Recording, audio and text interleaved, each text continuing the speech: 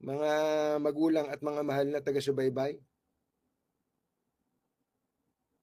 Eto, Senator Lito Lapid.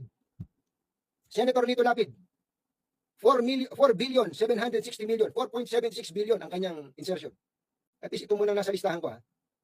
Senator Mig Subiri, 2.095 billion.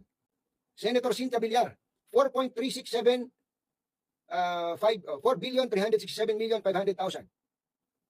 Senator Francis Tolentino, 6,300,902,000. Senator Coco Pimentel, 3,788,469,000. Senator Bongo, 3,647,000. Ay, hindi ba? 3,647 million. Senator Nancy Binay, 4,187 million. 4.187 billion. Senator Pia Cayetano, 4,139 million. Senator Rafi Tulfo, 5,181 million. Senator Grace Poe, 11,414 million. Senator Amy Marcos, 5,912,500,000. Senator Mark Villar, 3,638,820,000.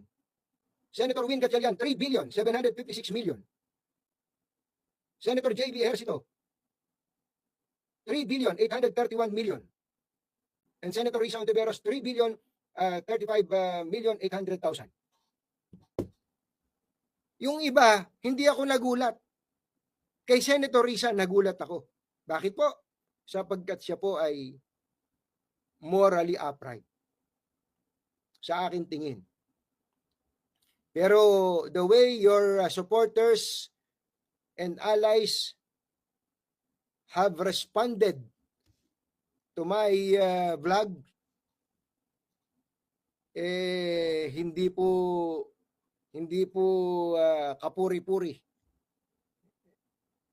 Hindi po kapuri-puri. Ang gagaling ninyong magsalita ng masama sa kapwa ninyo. Ang sinasabi niyo po ba, lahat ay pwede nating busisiin? Jinggoy Estrada, Joel Villanueva, Chis Escudero, and all others pwede nating busisiin.